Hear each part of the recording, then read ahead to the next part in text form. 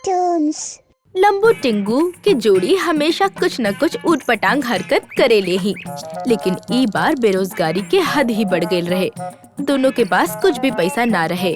लंबू और टिंगू दोनों कुछ ऐसन बिजनेस ढूंढत रहले जे आसान भी होखे और पैसा भी ज्यादा मिले। टिंगू भैया, अरे पास में कुछ पैसा ना बचल। हम तक कितना दिन से होटल में खाना भी ना खैनी। कुछ कर तू, दिमाग दौड़ावा। अरे बात बात में तू हमरा के एगो अच्छा आइडिया दे देले बाड़ा। लंबू के कुछ समझ में ना आयल, वो सोच में पड़ गई। तू का कहल चाहता टिंगू? अरे तू ही कहला ना कि कुछ होटल जैसन। का मजाक कर तड़ा टिंगू भैया? होटल कैसे शुरू कर जाये हमनी के? भाई लंबू, होटल ना, कम से कम चाय के टपरी तो शुरू कर सके नी। लंबू के अब समझ में आयल कि टिंगू का कहल चाहत रहे। बहुत बढ़िया आइडिया बा भैया। हमनी चाय के टपरी शुरू कर सके नी। चौक में हमार मामा के एक छोटा सा जगह बा, ओइजे ठेला लगावल जाये। ठीक बा, तो अब हम बाकी इंतजाम करता नी।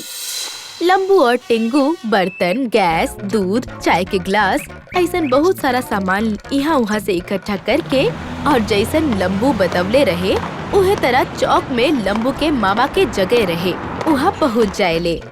शुरू हो जाला चाय के टफरी। लंबू और टिंगू चाय के टफरी के बहुत बढ़िया तरीका से सजावेले और उहे वक्त एगो आदमी वहाँ से गुजरेला। क्या बात बा लंबू टिंगू, दुकान बहुत बढ़िया बनोला तू लोग। बस एगो बात के कमी बा। वो कैसन कैलाश भाई, तुम्हार दुकान के एगो अच्छा सा नाम चाहिए। ई तो हमार दिमाग में औबे न करल। चला कैलाश भाई, तुम ही कोनो अच्छा सा नाम दे दा। कैलाश कुछ सोचेला और एक अच्छा सा सुझाव देवेला। लंबू टिंगू के स्पेशल चाय, ये नाम कैसन रही? बहुत बढ़िया बा। लंबू और टिंगू के सबसे पहली स्पेशल चाय तोरा खातिर कैलाश भाई, वो भी फ्री फ्री फ्री। एक हंसी के ठहाका लागेला। कैलाश वहाँ से स्पेशल चाय पी के निकल जाएला और लंबू टिंगू अपन काम में लग जाएले। धीरे धीरे लंबू टिंगू के चाय के टफरी पे बहुत सारा ग्राहक आवे लागेले और उनकर नाम आजू बाजू में बसल बहुत सा गांव में फैल जाएला। लोग दूर दूर से वहाँ चाय पिए आवे लगले। अरे वो लंबू टिंगू के स्पेशल चाय वाली दुकान यही बा का? हाँ हाँ ये बा। बतावा कैसे सेवा करी हमनी के? अरे भाई, हम जनकपुर से आयल बानी और आपके चाय के हम बहुत चर्चा सुन ले बानी। सोचनी आज चाय पी के ही जाई। अच्छा कैला दोस्त, आवा बैठा, हम चाय लेके आवतानी। हरिदास और सूरदास के चाय बहुत पसंद आयल। इतना दूर से आवे पर टिंगू उनका से चाय के पैसा ना लेवेला और वो दोनों खुश होके चल जाएले। लंबू और टिंगू अक्सर लोगन से चाय के पैसा ना लेवत रहले या तब बाद में देवे खातिर कहत रहले। ये देख के उनकर गांव के ही कुछ लोग उनकर फायदा उठावत रहले और उधारी कर शुरू कर देले। अरे भाई लंबू, जरा चाय दिया। अच्छा सुना, अरे हम हड़बड़ी में बटुआ लावल भुला गए। कोनो बात नहीं है किशोर, हम पैसा लिख के रखे नी, तू बाद में आके दे दिया। हाँ हाँ, याद से दे दे। ऐसन हर केहू दूसर आदमी करे लागल और लंबू टिंगू उधारी देत रहले। अरे टिंगू, बताओ बता, हमार खाता में कितना पैसा हो गई? रुका, बताओ बता नहीं। हाँ, 420 रुपया हो गई। इहो चाय के जोड़ ला, हम पैसा आवत ही चुका दे। ठीक बा। ऐसन बहुत सारा लोग के ढेर सारा उधारी लंबू और टिंगू के पास जमा हो गई, जैसे दोनों परेशान हो गईले। लंबू, अगर ऐसन ही लोग उधार लेत रहले और चुकौले ना तो हम दोनों कर्जा में आ जाए, फिर हमके दुकान भी बंद करे के पड़ी। तू टेंशन मत ला, हम कुछ करता नहीं।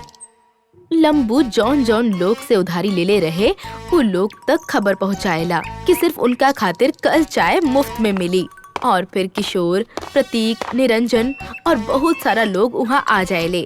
सुन ले बानी भाई, आज हमनी खातिर मुफ्त के चाय बा। वैसे भी तो तू मुफ्त में ही पिएला।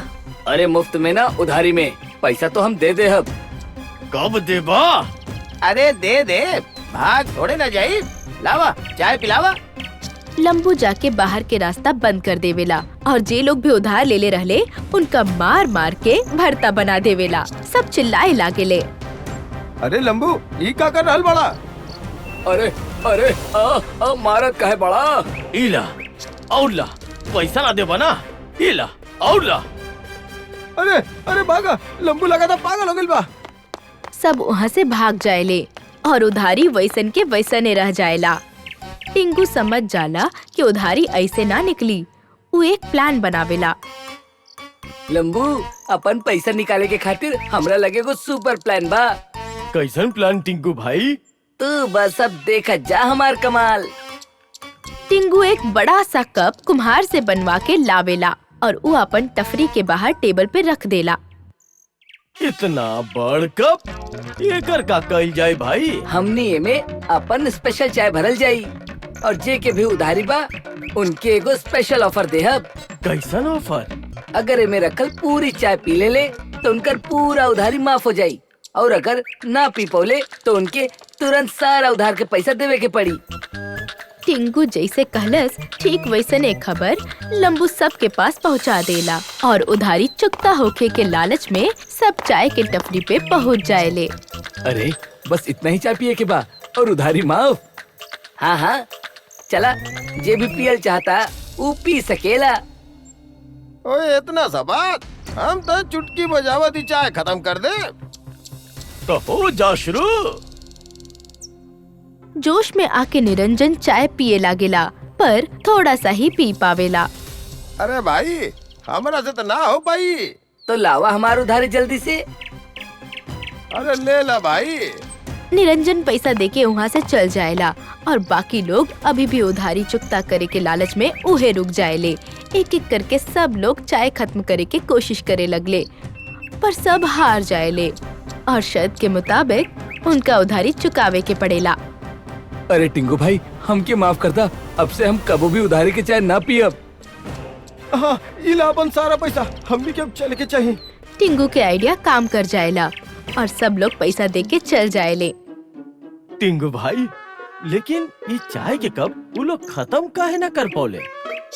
एक कप बाहर से छोटा दिखेला लेकिन अंदर से काफी बड़ा बा, यही से के केहू खत्म न कर पौलस। लंबू टिंगू के पास एक ही दिन में उधारी के इतना रकम वापस आ गई कि उ लोग एक चाय के दुकान खोले के फैसला कैले जेकर नाम रहे लंबू टिंगू के स्पेशल चाय। लंबू टिंगू के स्पेशल चाय के दुकान भी पूरा शहर में फेमस हो गई। लोग दूर दूर से यहाँ आके लंबू टिंगू के बनावल स्पेशल चाय के मजा लेत रहले और जगह जगह जाके लंबू टिंगू के टफरी और लंबू टिंगू के स्पेशल चाय के दुकान के किस्सा कहानी सुनावत रहले। ऐसन रहे लंबू और टिंगू के चाय के टफरी।